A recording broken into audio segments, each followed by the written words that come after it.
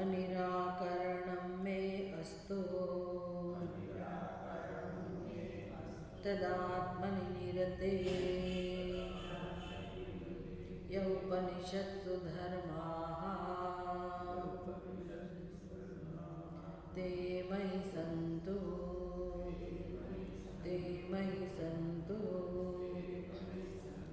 ॐ शान्ति शान्ति शान्तिः।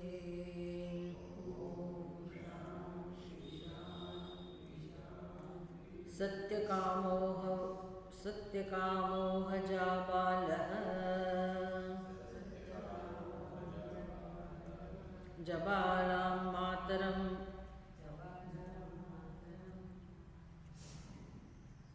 आमन्त्रयाश्चक्रे ब्रह्मचर्यं भवति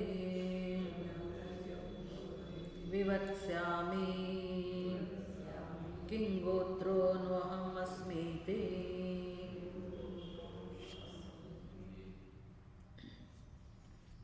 આવી રીતે સત્યકામ જાબાલ ગુરુજી પાસે ગયો, ગૌતમ મુનિ પાસે, અને એટલે કે એમના જે ગુરુજી છે એ હારિદ્રમત ગૌતમ છે.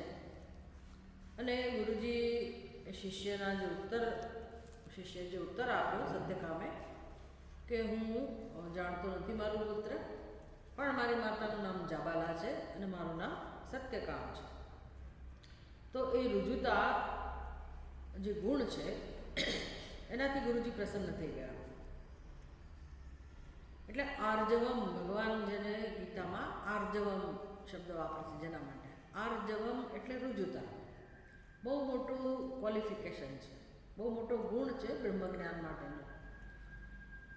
એટલે એ જે લોકોમાં હોય એ લોકોમાં હોય, અને આપણી અંદર જો ન હોય તો આપણે એને કેળવવો જોઈએ. કારણ કે રુજુતા આત્માની સમીપનો ગુણ છે. સરળતા જેવા હોઈએ એવા આપણે પોતે વ્યવહારમાં બને ત્યાં સુધી આપણે જાળવી રાખવું પોતાની સરળતા. અને જરૂર નથી, હવે તો સાધકને જરૂર ના જ હોય તો પછી કોઈ બનાવટની જરૂર નથી, કોઈ દંભની જરૂર નથી. તો આ તો બાળક જ હતો એટલે, અને એના માતા પણ એ પ્રકારે સંસ્કારી હતી, એટલે એણે પણ એવું કહ્યું કે ગુરુજીને જઈને કહેજે કે ભાઈ મારી માતાનું નામ જાબાલા છે અને મારું નામ સત્યકામ છે. એટલે એના ઉપરથી ગુરુજી બધું જ સમજી ગયા કે આ બ્રાહ્મણ કુટુંબમાંથી આવેલો બાળક છે. અને ગુરુજીએ પ્રસન્ન થઈને એને ઉપનયન સંસ્કાર કર્યા અને પછી એને વનમાં મોકલ્યો. 400 ગાયો આપી અને કહ્યું કે તું વનમાં જજે. ગુરુજી એવું નથી કહ્યું કે 1000 ગાયો થાય ત્યારે આવજે. સત્યકામનો નિશ્ચય હતો કે હું નિષ્ઠાથી આ સેવા કરીશ. એટલે બાળકના ગુણો આપણે જોઈ શકીએ. જેમ કઠોપનિષદની અંદર નચિકેતાના ઘણા બધા ગુણોનો પરિચય આપણને થાય. નાની ઉંમરમાં જેની અંદર રહેલા વૈરાગ્યનો પરિચય થાય, એમાં સત્યકામની અંદર રહેલા જે ગુણો છે, મુખ્ય ગુણ જે છે એ દર્શાવવાનું તાત્પર્ય ઉપાસનામાં છે કે કયા ગુણોથી એણે ભગવાનને પ્રસન્ન કર્યા, સગુણ બ્રહ્મને પ્રસન્ન કર્યા. ગુરુજી તો પ્રસન્ન થવાના જ હતા, પહેલેથી થયેલા હતા, પણ ગુરુજી પાસેથી હજી બ્રહ્મવિદ્યા મળી પણ નથી. અને એના માટે શું કરવું જોઈએ, બ્રહ્મવિદ્યા માટે શું કરવું જોઈએ એ એને ખબર છે. એટલે તપ અને શ્રદ્ધા આ બેમાં પરમ આસ્થાવાળો આ બાળક છે સત્યકામ. એટલે એ ગયો જંગલમાં, વનમાં, અને એવું જંગલ પસંદ કર્યું કે જ્યાં ગાયો માટે ભરપૂર ખોરાક મળી રહે અને પાણી મળે પૂરતી માત્રામાં. બસ પછી એણે પોતાનું ત્યાં ગુજરાન કર્યું કેટલાક વર્ષો સુધી, અને ગાયોની દેખભાળ કરી જશે, ભરણ પોષણ કર્યું હશે, સેવા કરી હશે. એમ કરતાં કરતાં 1000 ગાયો થઈ ગઈ. હવે એ તો એમાં નિષ્ઠ જ છે પોતાના તપમાં. એને કશું યાદ નહીં આવ્યું હોય કે મારે પાછા જવાનું છે, તો સેવા જ કરી રહ્યો છે. કારણ કે અહીંયા કથા આવી રીતે છે કે વાયુ દેવતા પ્રસન્ન થયા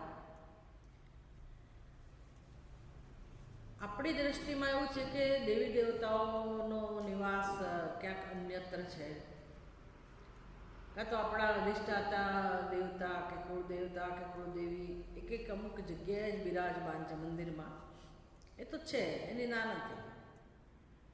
પણ ખરેખર દેવી દેવતાઓ સર્વત્ર છે. એટલે અનેક પ્રકારના 33 કરોડ દેવી દેવતાઓ આપણે જો કહેતા હોઈએ તો એ શક્ય છે. અને દરેક ના અધિષ્ઠાતા દેવતા હોય.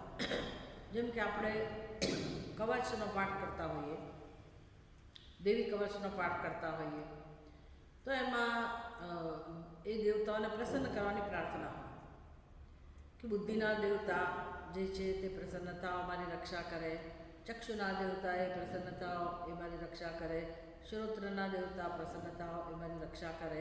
આમ કવચ આપણી આજુબાજુ આપણે કવચ ઉત્પન્ન કરતા હોઈએ. કોના દ્વારા? એ તે ઇન્દ્રિયો છે એના અધિષ્ઠાતા દેવતા એનું આવાહન કરે. તો એ કવચનો લાભ આપણને ક્યારે મળે? જ્યારે એ દેવી દેવતાઓ જ્યાં આપણે છીએ ત્યાં પણ એ હોય અને એની કૃપા પણ મળી શકતી હોય. એટલે સર્વત્ર છે બ્રહ્માંડમાં, અને જગતમાં સર્વત્ર બ્રહ્મ જ છે એ જણાવવું છે આ પ્રકરણનો તાત્પર્ય. ઉપાસનાનું તાત્પર્ય જે છે કે સર્વમ ખલુ ઇદમ બ્રહ્મ જે સત્ય છે, તો એ જોવાની દ્રષ્ટિ કેવી રીતે કેળવવી આપણે આપણી બુદ્ધિમાં. બસ બુદ્ધિમાં જ પરિવર્તન લાવવાનું છે. કોઈ બહાર કોઈ દેવી દેવતાને પ્રગટ નથી કરવાના, બ્રહ્મને પ્રગટ નથી કરવાનું. બ્રહ્મ જ્યાં છે સર્વત્ર, તો દેવી દેવતા પણ છે જ, કારણ કે એ જ બ્રહ્મ જગતનું સંચાલન કરે છે. તો કયા રૂપમાં કરી શકે? બ્રહ્મ તો પોતે તો સર્વત્ર રહેલું બ્રહ્મ અને સર્વવ્યાપક બ્રહ્મ, એ તો નિર્ગુણ જ હોય. તો એ કેવી રીતે કામ કરી શકે? જગતનું સંચાલન કેવી રીતે કરી શકે? આપણા જીવનનું સંચાલન કેવી રીતે કરી શકે? જ્યારે એ સગુણ બને ત્યારે. એટલે એ જ બ્રહ્મ આખી વ્યવસ્થાના રૂપમાં છે. એમાં કોઈક વ્યવસ્થાપક છે, દેવી દેવતાઓને કામ સોંપેલું છે, 5 મહાભૂતોને કામ સોંપેલું છે.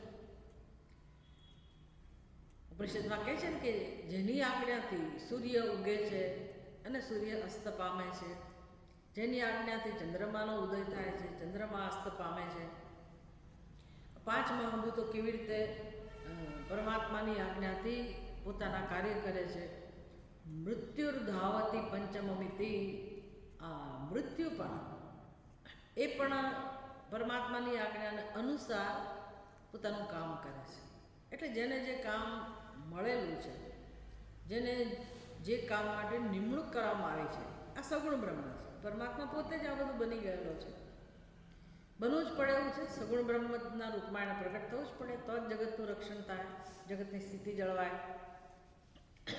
એટલે આપણું જીવન એ તો આપણી બુદ્ધિમાં એવું છે કે આપણે છીએ, આપણે જીવ છીએ, અને બસ તો પછી હું જીવ છું એવું જ્યારે હું સમજતી હોઉં તો કંઈક તો છે ને, જીવત્વનો નિર્ણય જન્માવવા માટે કંઈક તો નિમિત્ત છે ને. એ નિમિત્ત શું છે? તો કે ઉપાધિ, આપણી ઉપાધિ, જેને જગત કહીએ છીએ, એ કહેવા માટે પણ કશું નિમિત્ત તો છે ને.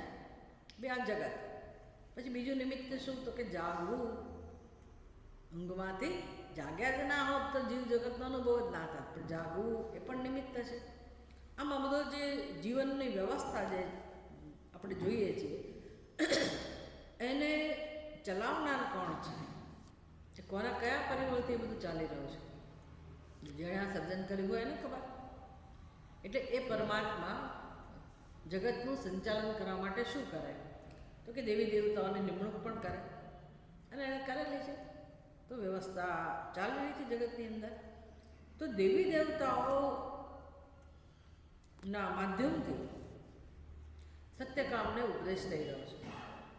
અને એ ઉપદેશ કરવાનું નિમિત્ત, ઉપદેશ કરવાની પ્રેરણા એ કુદરતમાં કેમ થઈ? વાયુ દેવતાને કેમ થઈ? એ તો ગુરુજી ઉપદેશ કરે ને. જે શિષ્ય ગુરુજી પાસે ગયો હોય ને, ગુરુજી ઉપદેશ કરે. પણ આપણને શીખવાડી રહ્યા છે, કારણ કે ઉપાસના શીખવાની છે કે સર્વત્ર કૃપા પ્રાપ્ત થાય એમ છે. શેનાથી પ્રાપ્ત થાય? તો કે પોતાના કર્તવ્યના પાલનથી, મૂલ્યોના પાલનથી. આ મૂલ્યોનું પાલન કરવું એ પણ ઉપાસના છે. બાકી આપણા જીવનમાં અસત્યનું પાલન સહજ બની ગયું હોય અજ્ઞાનને કારણે. વારે વારે જ્યારે જરૂર પડે ત્યારે આપણે અસત્યનો આશ્રય લઈ લેતા હોઈએ. ઘણા લોકોના જીવનમાં અસત્ય સિવાય કંઈ નથી હોતું. કેટલાક લોકોના જીવનમાં તમે જુઓ તો ક્ષણે ક્ષણે અસત્ય બોલતા હોય. એટલે આપણે આ બધી વસ્તુઓને ધ્યાનમાં નથી લેતા. આપણા જીવનમાં એ જરૂર પડે ત્યારે આપણે અસત્ય બોલી જતા હોઈએ. આપણને અસલામતીનો અનુભવ થાય, ક્યારેય પણ એવું સંકટ આવે તો અસત્ય બોલતા હોઈએ. આવું જીવન છે, આવું સામાન્ય છે. એટલે ખરેખર આપણો સ્વભાવ તો સત્ય છે, આત્મા તો સત્ય સ્વરૂપ છે. અને જો આપણે પોતે સત્યનું અનુષ્ઠાન કરતા હોઈએ, સત્યનું આચરણ કરતા હોઈએ તો એનાથી જ આપણને પરમ સંતોષ, પરમ તૃપ્તિનો અનુભવ થાય. એટલે જોવા જાવ તો સત્યનું અનુષ્ઠાન સરળ છે, પણ અજ્ઞાનને કારણે સંસારમાં પોતાની રક્ષા માટે, બચાવ માટે કે દેખાદેખીથી કે ખબર ન હોવાને કારણે અસત્યનું આચરણ થઈ જતું, સહજ થતું હોય. એટલે સત્યનું પાલન કરવું ઉપાસના થઈ ગઈ.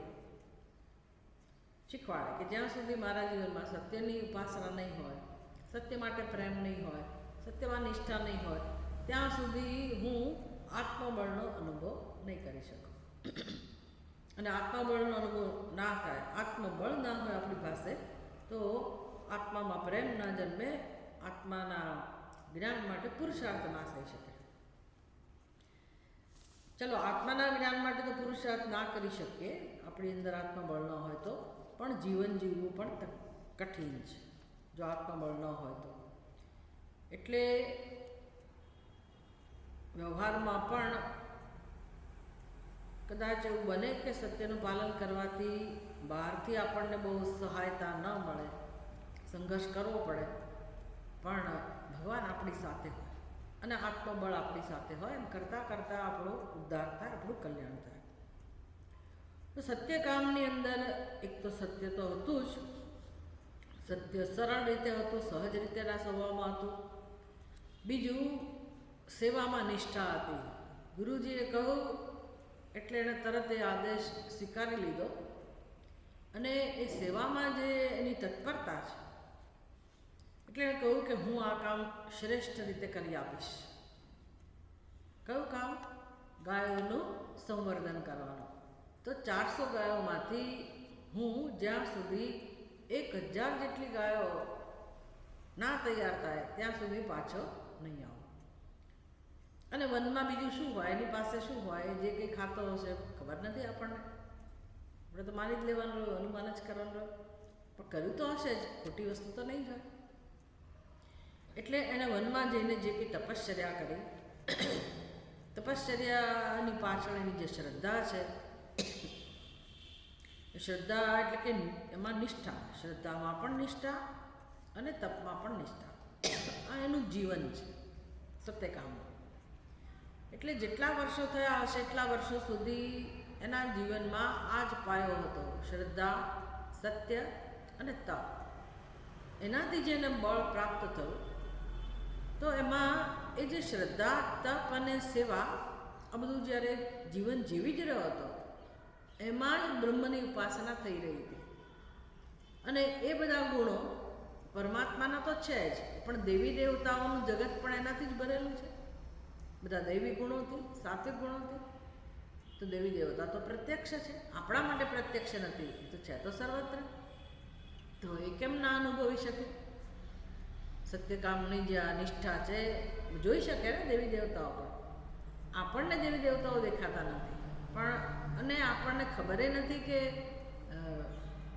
કોઈ પ્રકારની આપણને એની અવેરનેસ નથી, નોંધ નથી લેતા કે આપણા ચક્ષુ જે જોવાનું કામ કરે છે, તો એના અધિષ્ઠાતા દેવતાનો જો અનુગ્રહ ના હોય તો એ કામ થઈ શકે નહીં. એટલે આપણને એમ કે બધાએ જોવે છે ને એમાં નવાઈ શું કરે, પશુ પક્ષીઓ જોવે છે અને માણસો જોવે છે, બધાએ જોવે છે આંખોથી. તો આંખો આપેલી છે અને જોવાનું કામ થાય છે. આંખો આપેલી છે એવી ખબર નથી, આંખોય મારી છે અને હું જોઉં છું, બસ આટલું જ છે આપણી દુનિયા. હું દ્રષ્ટા, અહમ શ્રોતા, અહમ ભોગતા. હું દ્રષ્ટા એટલે ભોગતા જ આવી ગયું, શ્રોતા એટલે ભોગતા જ આવી ગયું. એટલે શબ્દ, સ્પર્શ, રૂપ, રસ, ગંધ આ બધાનો અનુભવ આપણે કરનાર છીએ અને પોતાની ઈચ્છાની પૂર્તિ માટે બસ આપણે ઉપયોગ કરીએ છીએ બધા સાધનોનો.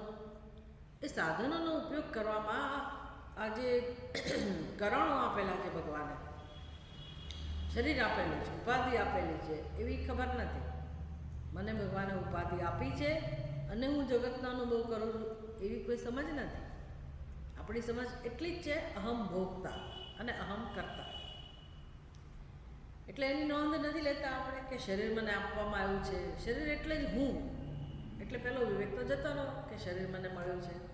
શરીર મળ્યું છે એનો શું થયું? મને જ્ઞાનેન્દ્રિયો મળી છે, કર્મેન્દ્રિયો મળી છે. તો મળી છે એવું જ્યારે કહીએ, જેમ કે ઘરમાં આપણને કોઈ કંઈક આપ્યું કે સમાજમાં કોઈ કંઈક આપ્યું, તો વસ્તુનો ઉપયોગ કરીએ જ્યારે કરીએ ત્યારે વ્યક્તિની યાદ આવે કે ભાઈ આ વ્યક્તિ આપણને આ વસ્તુ આપેલી છે. યાદ આવે કે ના આવે? તો એક અહોભાવ જન્મે ને, ગ્રેટિટ્યૂડ જન્મે. એવી જ રીતે ઈશ્વરે આ બધું આપેલું છે, જો એ ખબર હોય તો સતત આપણા હૃદયમાં ઈશ્વર માટે એક ભાવ જન્મે રોજ કે ભગવાન તારા ધન્યવાદ, તે મને આ શરીર આપ્યું, પછી કેટલું બધું આપ્યું છે. જોવા માટે આંખો આપીને, સાંભળવા માટે કાન આપ્યા, અને આ ચવાણું ચાવવા માટે દાંત આપ્યા. એ ના આપ્યું હોય તો શું કરવાનું? એટલે એ ભોગવવાના કરણો પણ આપેલા છે, એટલું જ નહીં, એ ભોગવવાનો વિષય પણ ભગવાને તૈયાર રાખ્યો છે. પણ આપણી આવી દ્રષ્ટિ નથી. આપણે આવા એટીટ્યૂડથી કે આપણી આવી ભાવનાથી આપણે જીવન નથી જીવતા. જો આ ખબર હોય, એમાં કંઈ કલ્પના નથી કરવાની, આ સત્યને ધ્યાનમાં રાખીને જીવવાનું છે. તો એ સત્ય ધ્યાનમાં રાખીએ તો આપણા હૃદયમાં જે ભાવના જન્મે એ ભાવનાઓ ઉત્તમ પ્રકારની ભાવના હોય, અને એ ભાવનાઓને કારણે દેવી દેવતાઓનું જગત પણ ખુશ થાય અને પરમાત્મા પણ ખુશ થાય. આ આપણા હાથમાં છે. આવું જીવન જીવતા શીખવું એ આપણા હાથમાં છે. અને મનુષ્યને તો આ જ શીખવાનું છે, આ સિવાય કંઈ શીખવાનું જ નથી. તમે વિચાર કરો કે આટલી સરળ વસ્તુ આપણે કેમ નહીં કરી શકતા હોઈએ? શું કારણ હશે? કારણ કે આપણી બુદ્ધિમાં અનાદિકાળથી અંધકાર જ ભરેલો છે. અને અંધકારનું સ્વરૂપ કેવું છે? હું અને મારું, અહમ અને મમ. એ અહમ કરતા અને અહમ ભોગતા, બસ આ જ આપણી દુનિયા છે. એટલે જ્યાં અહમ છે, જે બુદ્ધિમાં અહંકાર છે, કર્તૃત્વ છે, ભોક્તૃત્વ છે, આ બધું જ્યાં રહેલું છે, એ બુદ્ધિ જ પરમાત્માનું સર્જન છે. એ પણ આપણું સર્જન નથી. તો એની એ નોંધ નથી લેતા. અને આપણું જીવન ચાલે છે, મારું જીવન, મારા જીવનમાં આમ, મારા જીવનમાં તેમ, મારે આમ કરવાનું છે, આમ એટલું કર્યું, મને સફળતા મળી અથવા મને સફળતા ન મળી. સફળતા મળી એટલે હું સફળ, નિષ્ફળતા મળી એટલે હું નિષ્ફળ. સફળતા મળી એટલે મારી સફળતા, હું સુખી. નિષ્ફળ એટલે મારી નિષ્ફળતા, એટલે હું દુઃખી. આમ અહમ સુખી, અહમ દુઃખી. આ એટલો જ સાર છે બધાની બુદ્ધિમાં, બધાના જીવનમાં. મનુષ્યની વાત છે. પશુ પક્ષીઓને બહુ કે આ બધું ચાલે નહીં, બિચારા દુઃખી થાય, પણ એને એવું ના થાય કે હું નિષ્ફળ ગયો અને મારું જીવન દુઃખી. એ બધા વિચારો ના હોય. જોઈ શકીએ આપણે એમના વ્યવહાર દ્વારા. એટલે ઉપાસના એટલે શું? તો કે મને આ બધી ખબર હોય મારા જીવનના પ્રશ્નોની, કે મારે શાંતિ જોઈએ છે, સુખ જોઈએ છે, તો ઉપાય કયો છે ભાઈ? છેવટે તો એ સત્યને જાણવું, પોતાના સત્યને જાણવું. પણ બુદ્ધિમાં આટલું બધું અજ્ઞાન છે, એના સંસ્કાર છે, અંધકાર છે, તો ક્યાંથી શરૂઆત કરવી? એટલે ભગવાન કહે છે તમારા જીવનમાં જે કર્મો તમે કરી રહ્યા છો, એ કર્મ સેવાની ભાવનાથી કરતા શીખો. નાના મોટા બધા કર્મોને તમે સેવાથી કરો, અને તમારું મન, તમારું અંતઃકરણ, તમારું ચિત્ત એ પરમાત્મામાં લગાડતા શીખો. એટલે ભગવાનની શક્તિમાં શ્રદ્ધા હોય, ભગવાનના સ્વરૂપમાં આપણને શ્રદ્ધા હોય અને સહન કરવાની તૈયારી હોય. ભલે કષ્ટ પડે, પણ સહન કરવાની તૈયારી સાથે જ્યારે આપણે જીવન જીવીએ તો સત્યકામને જે રીતે ભગવાન પ્રસન્ન થાય, વાયુ દેવતા, તો આપણને પણ એ દેવતાઓ ભલે આપણી સાથે આવીને સંવાદ ના કરે પણ એની કૃપા જળવાય. આમ તો કૃપા છે જ, ત્યાંથી શીખવાનું કે ભાઈ કાન સાંભળવાનું કામ કરે છે તો એનો અર્થ શું થયો? આપણે શું કરીએ છીએ કે જેથી કાન સાંભળે? કાન સાંભળવાનું ચાલુ રાખીએ એના માટે આપણે શું કરી શકીએ? બહુ તો પહેલાં બટન લઈ આવે અને કાં તો દવાઓ લઈએ, ના કરી તોય શું? કેટલાક લોકો તો એમાંથી એ ના કરી શકે. એટલે આપણને સંભળાય છે, આપણી બુદ્ધિ શું કહે છે? હું સાંભળું છું, મેં સાંભળ્યું, મેં મારા કાનથી સાંભળ્યું. બસ આ સંસાર છે. પણ બધા પ્રશ્નો આમાંથી જન્મે છે. મેં સાંભળ્યું એટલે શું? કોઈ કે કહ્યું ત્યારે સાંભળ્યું ને? એ કહેનાર કોણ હતો? એણે સારી વસ્તુ કહી તો એ કહેનાર માટે મને વાંધો નથી, એ મને માણસ સારો લાગે. કોઈ કે ખરાબ કહ્યું અને એનું મેં સાંભળ્યું તો હવે એણે એ ખરાબ કહેનાર મારા માટે દુશ્મન. તો આ બધું જન્મ્યું છે એમાંથી, હું સાંભળનારો છું એ ખ્યાલમાંથી. સત્ય શું છે? આપણે સાંભળનારા નથી, સંભળાય રહ્યું છે. શું લાગે તમને? આપણે સાંભળીએ છીએ કે સંભળાઈ રહ્યું છે? હા, એવું તમે કરી શકો કે ભાઈ ચલો ભાઈ આ બહારથી બહુ અવાજ આવે તો બારણા બંધ કરો, અથવા અમુક વિષય રેડિયો ચાલુ હોય તો તમે બંધ કરો, કે ખસી જાઓ, અથવા તમે કાન બંધ કરો કે એમાં નથી સાંભળવું, બહુ થયું. એવું આપણા હાથમાં છે. પણ સાંભળવાનું સહજ છે, સાંભળવાનું કર્મ થઈ રહ્યું છે, તો એ વ્યવસ્થા છે, ઈશ્વરની વ્યવસ્થા છે કે સંભળાઈ રહ્યું છે. પણ આપણે ક્યાં આવું જાણીએ છીએ? કે સત્ય છે કે નહીં? ભાઈ સંભળાઈ રહ્યું છે, દેખાઈ રહ્યું છે. પછી મારે જોવું કે ના જોવું એના માટે હું આંખ ઉગાડું કે ના ઉગાડું, એ ભગવાને મને છૂટ આપી છે. જેમ તમે તમારા સંતાનોને ગાડી આપી સરસ મજાની ભેટમાં, તો ગાડીનું નિયંત્રણ કોના હાથમાં છે? પછી તમારા હાથમાં છે. તમે તો ગાડી આપી દીધી કે જા ભાઈ તું મજા કર, તારે જે કામ કરવાના કર. પણ ગાડી કેમ ચલાવવી એ નિયંત્રણ કોના હાથમાં છે? સ્ટીયરિંગ સંભાળવાનું કામ કોનું છે? બાળકોનું છે ને, જેને તમે ગાડી આપી. એમ આપણને આ ગાડી આપી છે ભગવાને સરસ મજાનું. નિયંત્રણ કોના હાથમાં છે? આપણા હાથમાં. તો આપણે તો શું માની લીધું? હું જ ગાડી છું. નિયંત્રણ છે પણ એનો યોગ્ય ઉપયોગ આપણે કરતા નથી, બુદ્ધિમાં વિવેક નથી. એટલે બસ આ અહમ કરતા, અહમ ભોગતા, મને જે જોઈએ મારી સુખાકારી એને ધ્યાનમાં રાખીને જ હું મારા કર્મો કરું છું. એમાંથી પછી રાગ અને દ્વેષ અને આ સંસાર. સંસારને સમજવો હોય ને તો બહુ સરળ છે. આપણું ધ્યાન બહાર છે કે આ બહારના લોકો ત્રાસ આપે છે, આપણે એને સંસાર કહીએ છીએ. બહુ મુશ્કેલ છે એમાંથી બહાર આવવું, કોઈ ના છોડાવી શકે. પણ અંદર તમે જુઓ ને તો સંસાર આટલો જ છે, આટલો જ સંસાર છે, બુદ્ધિમાં જ સંસાર છે. હવે એ સમજવા માટે કરવું શું? ઘર તો છોડવું પડે ને થોડાક સમય માટે, થોડાક કલાક માટે ઘર છોડી સત્સંગમાં તો આવવું પડે ને. માર્ગદર્શન જોઈએ શરૂઆતમાં, પછી આપણી અંદર બધી સમજ આવી જાય, પછી ઘરે બેઠા બેઠા ચિંતન કરી શકીએ. સારું, પણ આ બહુ સરળ વસ્તુ છે ખરેખર. અજ્ઞાન સમજવું, દૂર કરવું, ભગવાનની ઉપાસના, ભગવાનનું ભજન, ધ્યાન અને જ્ઞાન, એ જ સરળ છે જીવનમાં. એ જ સૌથી સરળ છે. એ સમજાય એટલી જ વાત છે. બાકી સંસાર એટલો બધો અઘરો છે કે વાત ન પૂછો. તમે કોઈની સાથે સુમેળ ના કરી શકો, ક્યાંય સમાધાન ના કરી શકો, આખી જિંદગી તમે સમર્પિત થઈ જાઓ, એ વસ્તુ શક્ય જ નથી. સંસાર બહુ જ અઘરો છે. એ આપણને એટલો સરળ લાગે છે, સંસાર એટલો સરળ લાગે છે કે આ સમજવું અઘરું પણ બની ગયું છે. સંસ્કારને કારણે, એવા સંસ્કારને કારણે જેમ જેમ સમજતા જઈએ એમ લાગે કે ભાઈ આના જેવું ઉત્તમ તો કોઈ વસ્તુ નથી. આ જે સરળ છે ભાઈ, ઈશ્વરને સમજવામાં તકલીફ શું થાય? ઈશ્વરને સમજવાનો અઘરો ક્યાં છે? આજુબાજુ, ઉપર નીચે, અંદર બહાર, સર્વ વ્યવહારમાં કોનું સામ્રાજ્ય જોઈ શકાય એમ છે? કેવળ ઈશ્વરનું. આપણે જો નિરીક્ષણ કરતા શીખી જઈએ તો જણાય કે વાત તો સાચી છે, બધી વ્યવસ્થા ઈશ્વરની જ છે અને આપણને મળ્યું છે. આપણી અંદર પણ, આપણા મનમાં પણ જે વૃત્તિઓ જન્મતી હોય, જે ભાવનાઓ જન્મતી હોય, સહજ છે બધું.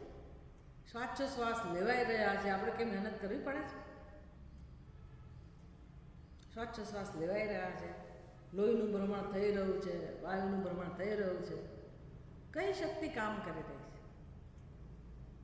તો કેટલો દૂર છે ઈશ્વરનો સાક્ષાત્કાર? કોઈ દૂર નથી. આ બધું ઈશ્વરનું જ છે ને, ઈશ્વર જ કરી રહ્યો છે. બી પાણીની તરસ લાગી, પાણી પીધું, સંતોષનો અનુભવ થયો, આ બધું શું છે? ક્યારે સંતોષનો અનુભવ થાય? પાણીની અંદર જો એ વસ્તુ જ ના હોય, એ તોષીણી શક્તિ જ ના હોય ભગવાનની, તો કેવી રીતે હું સંતોષનો અનુભવ કરી શકું? ઠીક છે, એ સંસાર છે, પણ જુઓ આ સત્યકામના જીવનમાં નવી શું વસ્તુ છે?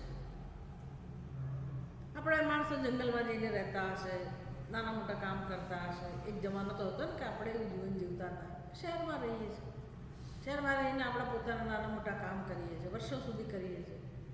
તો આપણા ઉપર કોઈ ભગવાનની કૃપા હોય એવો અનુભવ આપણને કેમ નથી થતો? આપણે કેમ સંસારમાંથી, દુઃખમાંથી મુક્ત નથી થતા? આ બધું શીખવાનું છે. એ તો શીખવાનું જ છે. સાથે સાથે મનને કેમ પરમાત્માનો અનુભવ કરાવતા શીખવું, એના ઉપાસના. પણ મારી બુદ્ધિ તો જ્યારે નક્કી કરે, એકવાર બુદ્ધિ તો નક્કી કરે કે હા મારે ભગવાનની અનુભૂતિ કરવી છે, મારું મન સાથ આપે, બુદ્ધિ નક્કી કરે, મન સાથ આપે, એવું તો કંઈક મારે કરવું જોઈએ જીવનમાં. તો એ શક્ય છે, દરેક માટે શક્ય છે. ખાલી સત્યકામ માટે જ શક્ય છે એવું નથી, દરેક માટે આ વસ્તુ શક્ય છે. શરતો કઈ છે? સત્યકામ પાસેથી શીખવાનું. શરતો કઈ છે? એણે કર્મ તો કર્યું છે, એનું કર્મ સેવા બની ગયું, એનું કર્મ સેવા બની ગયું. એણે જ બનાવ્યું ને, એની અંદર રહેલા મૂલ્યો, એની અંદર રહેલી ભાવના. નવું કર્મ તો કંઈ કર્યું નથી, ગાયોને ચરાવી હશે, બીજું શું કર્યું હશે? આપણા આ પ્રકારના કર્મો છે. એનું કર્મ સેવા બની ગયું અને આપણું કર્મ વૈતૃ બની ગયું. આપણું કર્મ શું છે આપણા માટે? મજૂરી, વૈતૃ. સત્યકામનું કર્મ શું છે? સેવા. કર્મ જ છે, પણ બંનેમાં ફેર શેનાથી પડે? એની શ્રદ્ધા, એની નિષ્ઠા, સેવાની નિષ્ઠા, ભગવાનમાં શ્રદ્ધા, તપમાં નિષ્ઠા, અને એ બધા દ્વારા એને જોઈએ શું? વિદ્યા. ગુરુજી પાસે આવો છે, વિદ્યા પ્રાપ્ત કરવા આવેલા, અને ભગવાન પ્રસન્ન થયા, વાયુ દેવતા પ્રસન્ન થયા. અથ હેનમ ઋષભ અભિવાદ સત્યકામ ઇતિ ભગવૈતિ હ પ્રતિશુશ્રાવ પ્રાપ્તાઃ સૌમ્ય સહસ્રસ્મઃ પ્રાપય નઃ આચાર્ય કુલમ. તો આ એક સરસ મજાની ઉપમા આપી છે.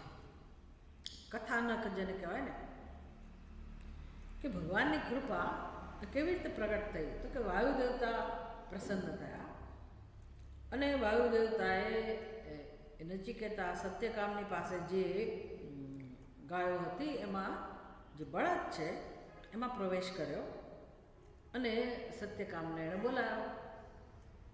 સત્યકામે નમસ્કાર કર્યા, જવાબ આપ્યો. સત્યકામને ખબર પડી ગઈ કે આ તો ઈશ્વરની કૃપા છે, ઈશ્વર જ છે આ રૂપમાં, કારણ કે વાણી પ્રગટ થઈ હશે ને. ઋષભ તો કંઈ બોલે નહીં, તો વાણીના રૂપમાં આ પ્રગટ થયા. એટલે કે એમણે સંવાદ કર્યો એની સાથે. પ્રતિશુશ્રાવ પ્રાપ્ત સૌમ્ય સહસ્રસ્મઃ. એ સૌમ્ય અમે બધા હવે કેટલા થયા છીએ? 1000 થઈ ગયા છે. 400માંથી અમે બધા મળીને 1000 થઈ ગયા. કોની વાત છે આ? ગાયોની. કે અમે બધા હવે મળીને 1000 થઈ ગયા છે. પ્રાપયન આચાર્ય કુલમ. ભાઈ હવે તમે અમને પાછા આચાર્ય કુળમાં લઈ જાઓ. મેં તમારું કામ થઈ ગયું છે. એ સત્યકામ, તારું કામ થઈ ગયું. પણ સત્યકામ, મને તારા ઉપર બહુ જ પ્રસન્નતાનો અનુભવ થાય છે. હું તારા ઉપર પ્રસન્ન છું, ખુશ છું, અને તને કંઈક હું ઉપદેશ આપવા ઈચ્છું છું. શું તને આપું? શું તને હું કંઈક કહું? કેટલો સરસ સંવાદ છે ને. કદાચ બીક લાગતી હશે કે ભાઈ નચિકેતા સત્યકામ ના પાડી દેતો કે ભાઈ ના મારા તો ગુરુજી છે, તમારે કંઈ કહેવાની જરૂર નથી. અથવા આજની જનરેશન તમે કંઈક એને 2 સારા શબ્દો કહેવા જાઓ તો બીક લાગે આપણને કે તમારે એવી કંઈ સલાહ આપવાની જરૂર નથી. એવું કહી દે તો શું નથી બોલતા વડીલો બિચારા? કોઈને ઉપયોગી વસ્તુ કહેવાની હોય તો નવી જનરેશન છે ને એની પાસે બહુ સાવધાન રહેવું પડે. બધા એવા નહીં હોય, પણ લગભગ લોકો એવા છે, એવા ટચી હોય, એવા સેન્સિટિવ હોય. કંઈક તમે એના ભલા માટે બોલ્યા હોય તો એનું મોઢું બગડે કે મને કેમ આમ કહી ગયા. શક્ય છે સત્યકામ માટે પણ આ વાયુદેવતાને બીક લાગતી હોય કે હું એને ઉપદેશ આપું અને એવું સમજે કે આ તમે ડાપણ કરો. આ તો આપણી પોતાની કલ્પના છે, એવું કશું છે નહીં. તો એમણે વાયુદેવતાએ કહ્યું કે બ્રહ્મણશ્ચે તે પાદમ બ્રવાણી ઇતિ બ્રવીતુ મે ભગવાન ઇતિ. કે હું તને શું બ્રહ્મના કોઈ એક પાદનું વર્ણન કરું? બ્રહ્મના પાદ, બ્રહ્મના ચરણ, એના વિશે કંઈ તને વાત કરું? બ્રહ્મ વિશે કંઈ કહું? ને સત્યકામ કહે છે કે જરૂર કહો. એટલે વાયુદેવતાએ કહ્યું પ્રાચી દિક્કલા, પ્રતીચી દિક્કલા, દક્ષિણા દિક્કલા, ઉદીચી દિક્કલા એવ એષઃ વૈ સૌમ્ય ચતુષ્કલઃ પાદઃ બ્રહ્મણઃ પ્રકાશવાન નામ. આ પ્રકાશવાન નામનો આ બ્રહ્મનો પાદ છે. બ્રહ્મનું આ સ્વરૂપ છે, પણ પૂર્ણ સ્વરૂપ નથી. એક પાદ. કયું બ્રહ્મનું સ્વરૂપ છે એવું કહું? પૂર્વ દિશા, પશ્ચિમ દિશા, ઉત્તર દિશા અને દક્ષિણ દિશા. તો દિશાનું જ્ઞાન નથી આપ્યું. સત્યકામને ખબર જ હશે ને કે કઈ દિશા છે, ને આપણને ખબર છે. તો નવું જ્ઞાન શું આપ્યું ભાઈ? આ પૂર્વ દિશા છે, આ પશ્ચિમ દિશા છે, આ ઉત્તર દિશા છે, આ દક્ષિણ દિશા છે. નવું જ્ઞાન શું આપ્યું? તો કે આ બ્રહ્મનો પાદ છે, બ્રહ્મનું સ્વરૂપ છે, અને એનું નામ છે પ્રકાશવાન. એટલે હવે આપણી બુદ્ધિ કામ કરતી થાય કે જેને હું પૂર્વ દિશા કહું છું, પશ્ચિમ દિશા કહું છું, ઉત્તર દિશા કહું છું, દક્ષિણ દિશા કહું છું. તો દિશા જે છે જ, દિશા છે તો આપણો રોજનો વ્યવહાર થાય છે. એવી તમારું ઘર કઈ દિશામાં આવ્યું? ડાયરેક્શન. અત્યારે કાંઈ પણ જવું હોય તો આપણે જીપીએસ વગર નીકળીએ જ નહીં. ક્યાં જવું છે પહેલાં જ કહી દઈએ, કંઈ જીપીએસમાં નાખી દઈએ કે આ જગ્યાએ જવું છે, એટલે પછી રસ્તો બતાવ કરે. તો આવું નહોતું ત્યારે આપણે જાણીને નીકળતા હતા કે ભાઈ ઋષિકેશ જવું હોય તો કઈ દિશા નક્કી થઈ, કઈ દિશાની ટ્રેન લેવાની.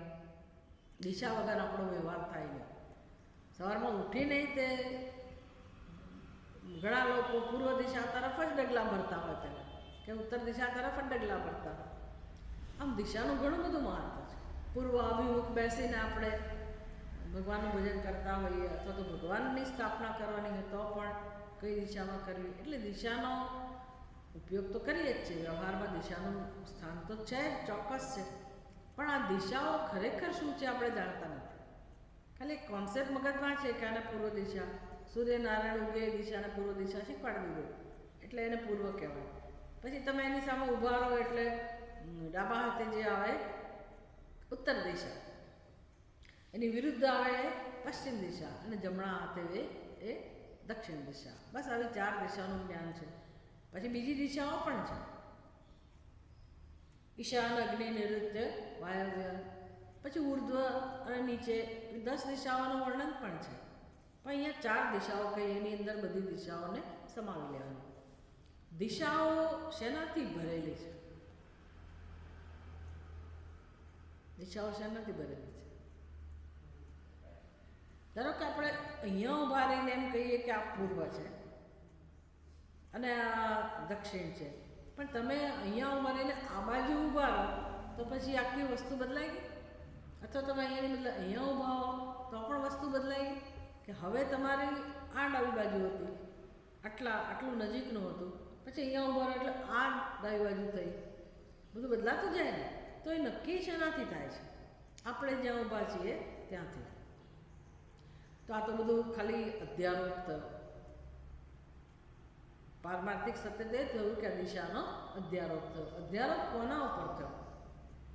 જેને આપણે પૂર્વ, પશ્ચિમ, ઉત્તર, દક્ષિણ કહીએ છીએ. છે તો શું? સર્વત્ર આકાશ જ છે ને. આકાશ સિવાય કશું છે? આકાશ કાઢી લો તો દિશાઓ છે. દિશાઓ નામની વસ્તુ જ નથી ને. તો આકાશ કોને કહેવાય? આ સમંતાત પ્રકાશતે ઇતિ આકાશ. આકાશ એને કહેવાય કે જ્યાં સર્વત્ર પ્રકાશ છે. તો દિશાઓનું તત્વ કહો, દિશાઓનો આત્મા કહો, દિશાઓનો સત્ય કહો, એ શું થયું? પ્રકાશ. કહે છે કે આ જે છે તે બ્રહ્મનો પ્રકાશ છે. પૂર્વ દિશાઓ મારે કોઈ એક જગ્યાએ ફોકસ કરવાની જરૂર છે? બધી દિશાઓ પ્રકાશમાન હોય તો પ્રકાશમાન બ્રહ્મનો જે પાદ છે એનું દર્શન થઈ ગયું. થાય કે ના થાય? આવો ઉપદેશ કરે. હવે બીજા દેવતા આવે છે, અગ્નિ દેવતા. 6ઠા ખંડમાં પહેલો મંત્ર, અગ્નિષ્ટે પાદમ ભક્તેતિ સહશોભૂતે ગાહા અભિપ્રસ્થાપયાંચકાર તા યત્રાભી સાયં બભૂઃ તત્રાગ્નિમ ઉપસમાધાય ગાહા ઉપરુદ્ય સમેધમાદાય પંચાદગ્નેઃ પ્રાંગુપો વિવેશ.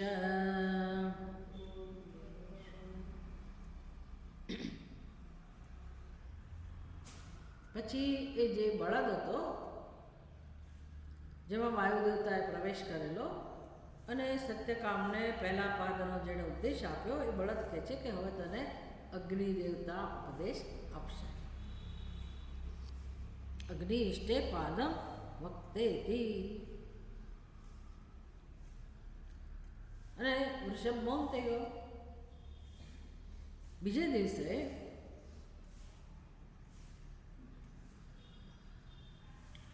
દિવસે સત્યકામ તો ગુરુકુલ જવા નીકળી ગયો પોતાની ગાયોને લઈને. એને ગાયોને લઈને જઈ રહ્યો છે અને સાયમ તાયત્રાભી સાયમ બુગુ, સાંજ પડી એટલામાં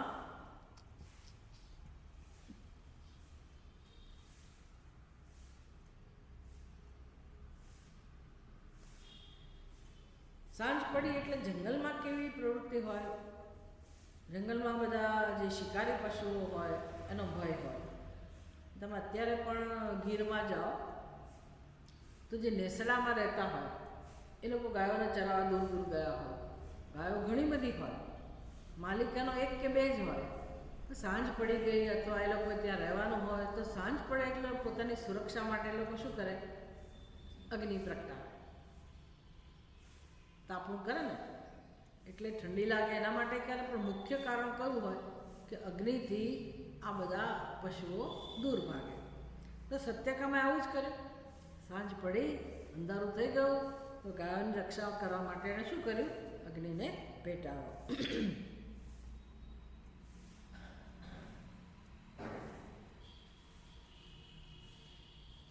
અને એને ખબર હતી કે વાયુ દેવતાએ કહ્યું હતું કે અગ્નિ દેવતા તને ઉપદેશ આપશે, એટલે એ પૂર્વ દિશામાં મુખ કરીને સમીજ બધા ભેગા કરી અને અગ્નિ પ્રજ્વલિત કરીને એ તો બેસી ગયો.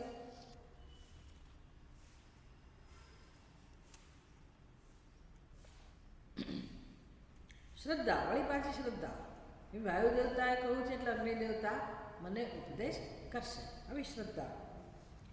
તમ અગ્નિ અભ્યુવાદ સત્યકામ ઇતિ ભગવા ઇતિહા પ્રતિશુશ્રાવ. તો દરેક દેવતા બહુ જ પ્રેમથી સત્યકામને બોલાવે છે. તમ અગ્નિ અભ્યુવાદ, અભ્યુવાદ એટલે અભિવાદન કરો, ઓ સત્યકામ, પ્રેમથી. સત્યકામ, તો સત્યકામ સાંભળ્યું અગ્નિ દેવતાના શબ્દો અને પ્રતિશુશ્રાવ, એણે જવાબ આપ્યો. કેવી રીતે જવાબ આપ્યો? ભગવઃ, હે ભગવાન. ભગવાન શબ્દ માનાર્થ્ય હોય છે. તમારા માતા પિતાઓ માટે કે ગુરુ માટે, અને હવે તો ભગવાન માટે પણ ભગવાન શબ્દ વપરાતો હોય. તો ભગવઃ, હે ભગવાન, આદેશ આપો, અથવા તો ભગવાન નમસ્કાર. એટલે બહુ સુંદર રીતે સત્યકામે પણ અગ્નિ દેવતાનું અભિવાદન કર્યું. તમ અગ્નિ અભ્યુવાદ સત્યકામ ઇતિ સંબોધ્ય તમસો સત્યકામો ભગવતી પ્રતિશુશ્રાવ પ્રતિવચનમ દદો. આગળ ત્રીજા મંત્રમાં કહે છે, બ્રહ્મણ સૌમ્યતે પાદમ બ્રવાણીતિ બ્રવીતુ મે ભગવાનિતિ તસ્મૈ હોવાચ પૃથિવી કલાંતરિક્ષમ કલાદ્યોઃ કલા સમુદ્રઃ કલૈશવે સૌમ્ય ચતુષ્કલઃ પાદઃ બ્રહ્મણઃ અનંતવાન નામ.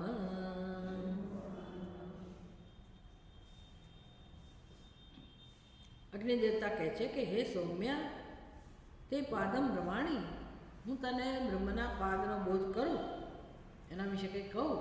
સત્યકામ કહે છે, બ્રવીતું મેં ભગવાન, હે ભગવાન, જરૂર મને તમે એના વિશે કહો, એનો ઉપદેશ આપો. તસ્મૈ હોવાચ, પછી અગ્નિ દેવતા એને હવે ઉપદેશ આપી રહ્યા છે.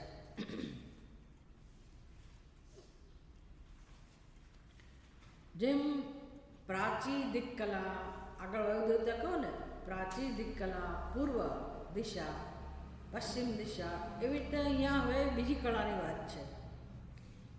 દરેક પાદની અંદર 4 કળાઓનો બોધ છે. એટલે 4 વખત 4 કળાનો બોધ, 4 પાદ, એક પાદની અંદર 4 કળા, તો 4 પાદની અંદર કેટલી કળા થાય? 16 કળા થાય ને. 16 કળાઓનો બોધ એમને કરશે. તો અગ્નિ દેવતાએ જે બીજા પાદનું વર્ણન કર્યું એમાં પૃથ્વી કલા, અંતરિક્ષમ કલા, દેવહુ કલા, સમુદ્ર કલા, 4 કળાનો બોધ થયો. કઈ કઈ કળાઓ થઈ? પૃથ્વી એક કળા છે, બ્રહ્મની કળા છે, બ્રહ્મનો પાદ છે. અંતરિક્ષમ કલા, અંતરિક્ષમ એટલે આકાશ કો.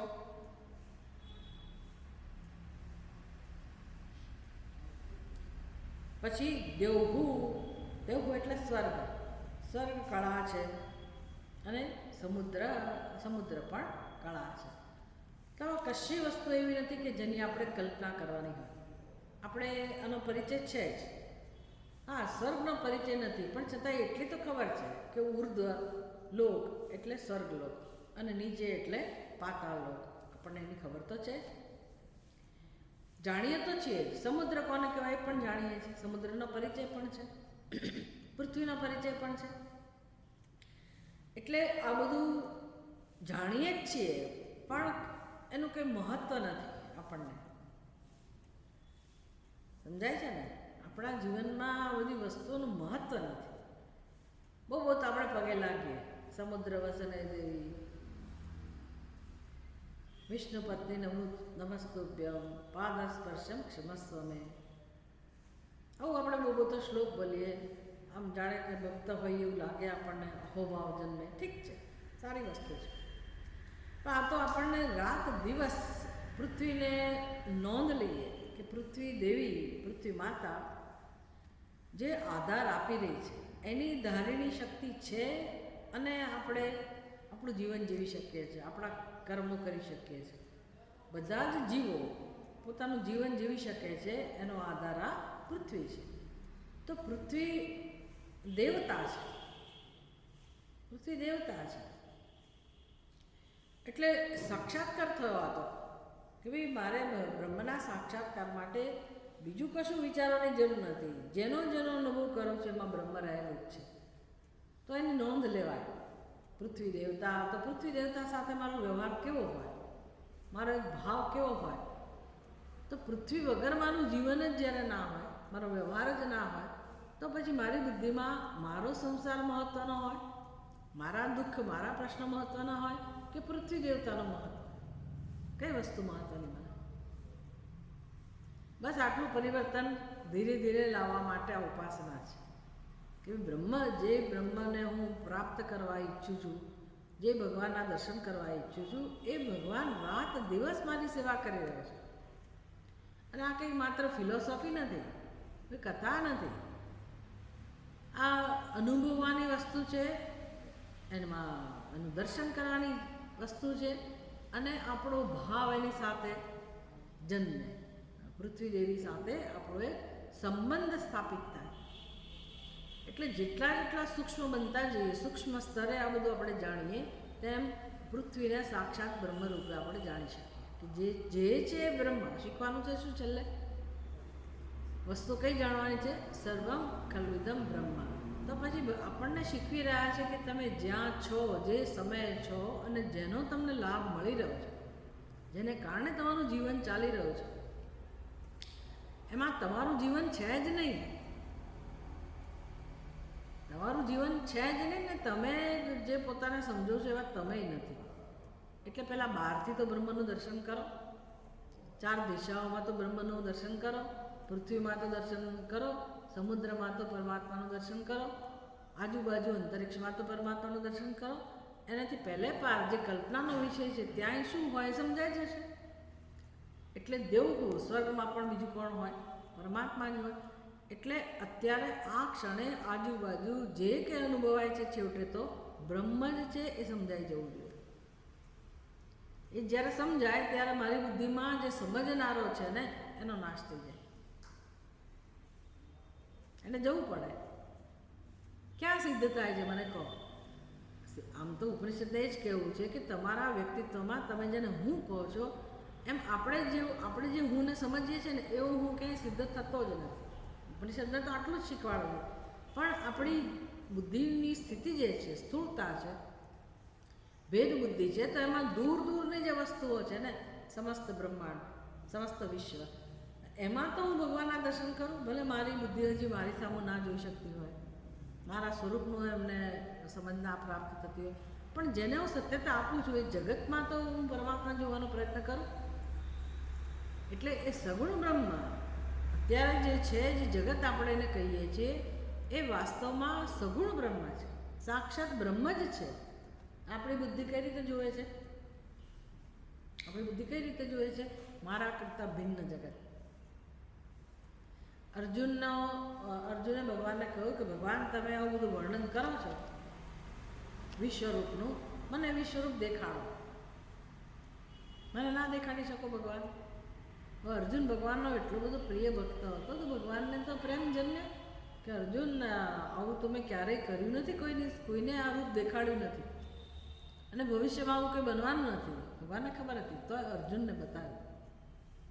અર્જુનને ભગવાને વિશ્વરૂપ બતાવ્યું. એનું તાત્પર્ય શું છે? વિશ્વરૂપ દર્શનનું તાત્પર્ય શું છે? ભગવાન કહેવા જઈ રહ્યા છે ને કે સર્વમ ખલુ ઇદમ બ્રહ્મ, જે છે તે હું જ છું. પણ અર્જુનની સ્થિતિ કેવી થઈ? વર્ણન ચાલ્યું, પછી અર્જુનના પગ ધ્રુજવા માંડ્યા કે ભગવાન બસ કરો, આ તમારી લીલા બંધ કરો, મને તમારું સૌમ્ય સ્વરૂપ છે ને એ બતાવો. કેમ? તો કે મને ભય જન્મે છે. એ ભયનું કારણ શું હતું? વિશ્વરૂપ ભયનું કારણ ના હોઈ શકે.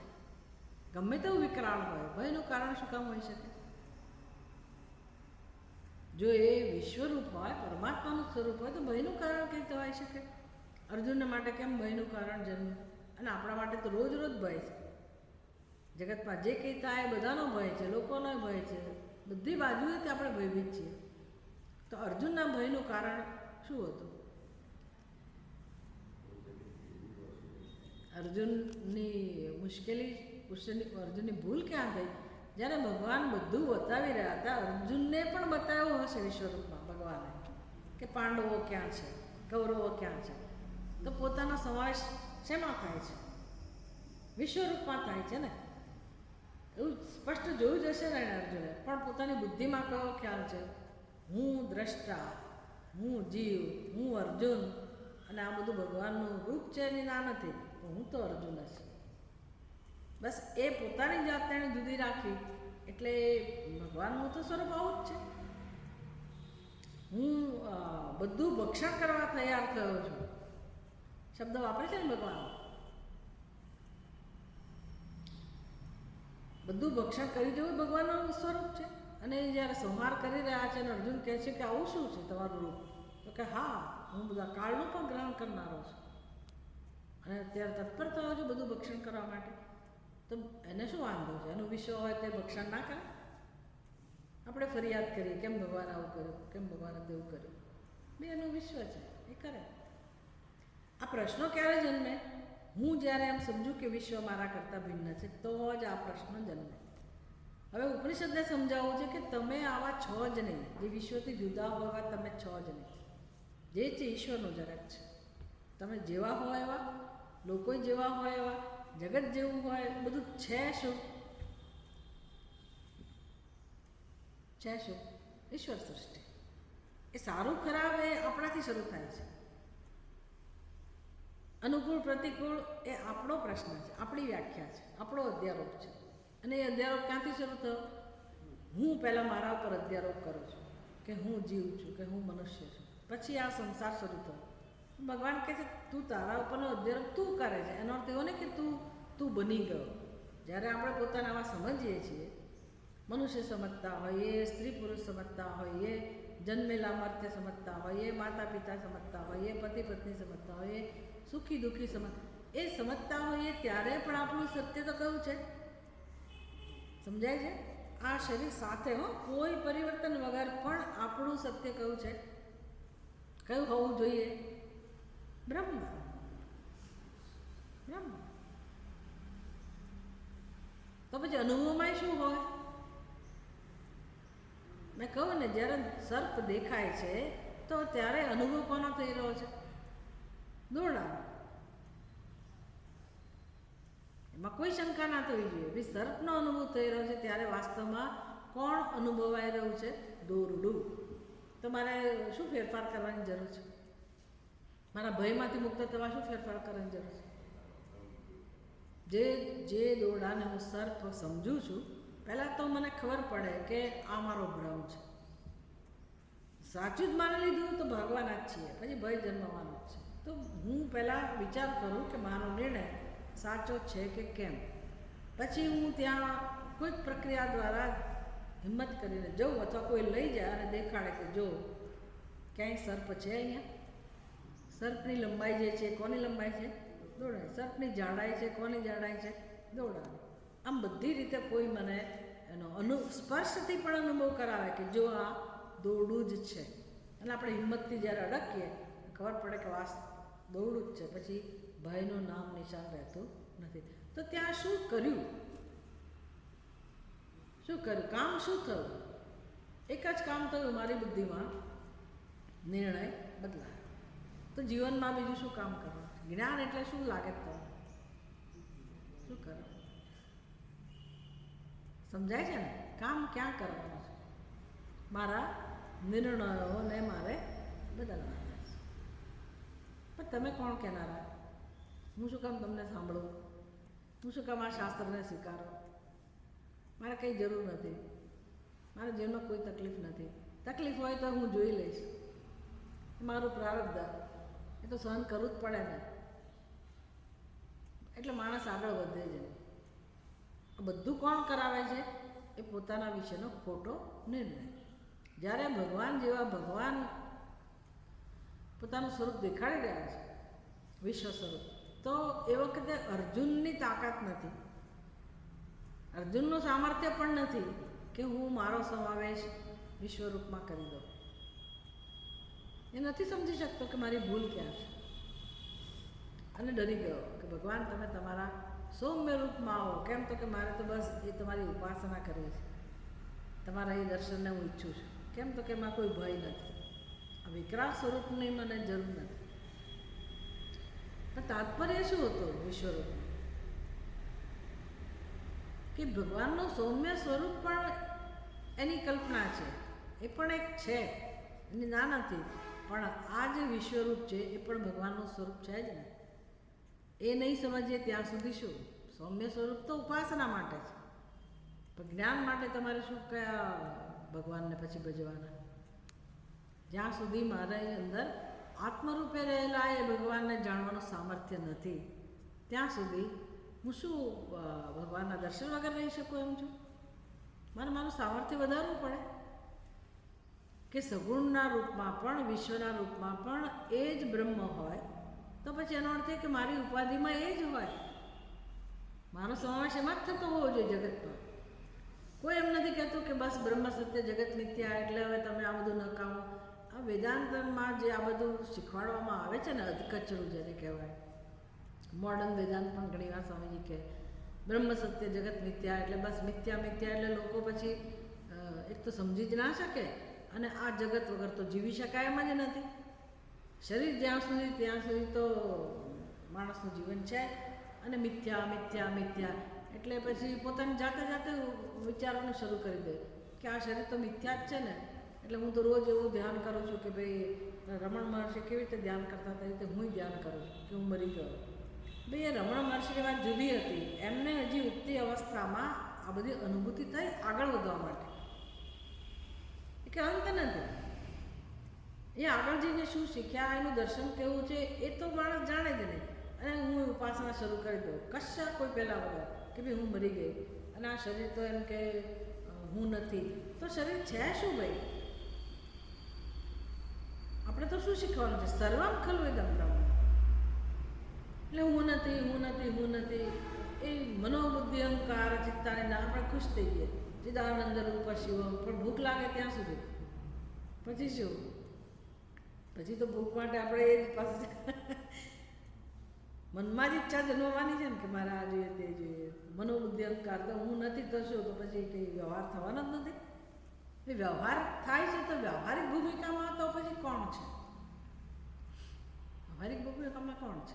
હું એ બધાને સામે આંખ આડા કાન કરું નથી નથી નથી, અને હું બ્રહ્મમાં નિષ્ઠ થઈ શકું? ભાઈ પૂર્ણ જ્ઞાન કોને કહેવાય? તો કે જે અત્યારે જેવું છે એમાં મને બ્રહ્મનું દર્શન થવું જોઈએ. સર્વમ ખલુ બ્રહ્મ ત્યાં જ છે, અને છે જ. તો મને કેમ નથી દેખાતું? કારણ કે મારી પાસે દ્રષ્ટિ નથી. દ્રષ્ટિ નથી. દ્રષ્ટિ નથી એટલે તો પછી દ્રષ્ટિ લાવવી ક્યાંથી?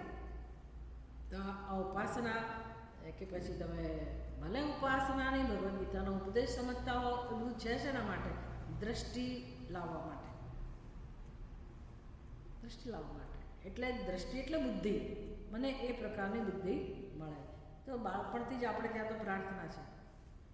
માતા પિતા પેલું બાળક અબૂધ હોય ને તો એ મંદિરમાં લઈ જાય કે કોઈ મહાત્મા પાસે લઈ જાય તો બાળક વતી એ માગશે કે મારા દીકરાને કે દીકરીને સદબુદ્ધિ આપો. તમારા માતા પિતાએ માગ્યું હશે આવું.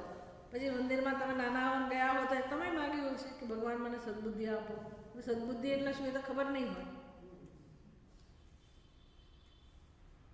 ડાયો કરજો મારા દીકરાને એટલે શું ગાંડો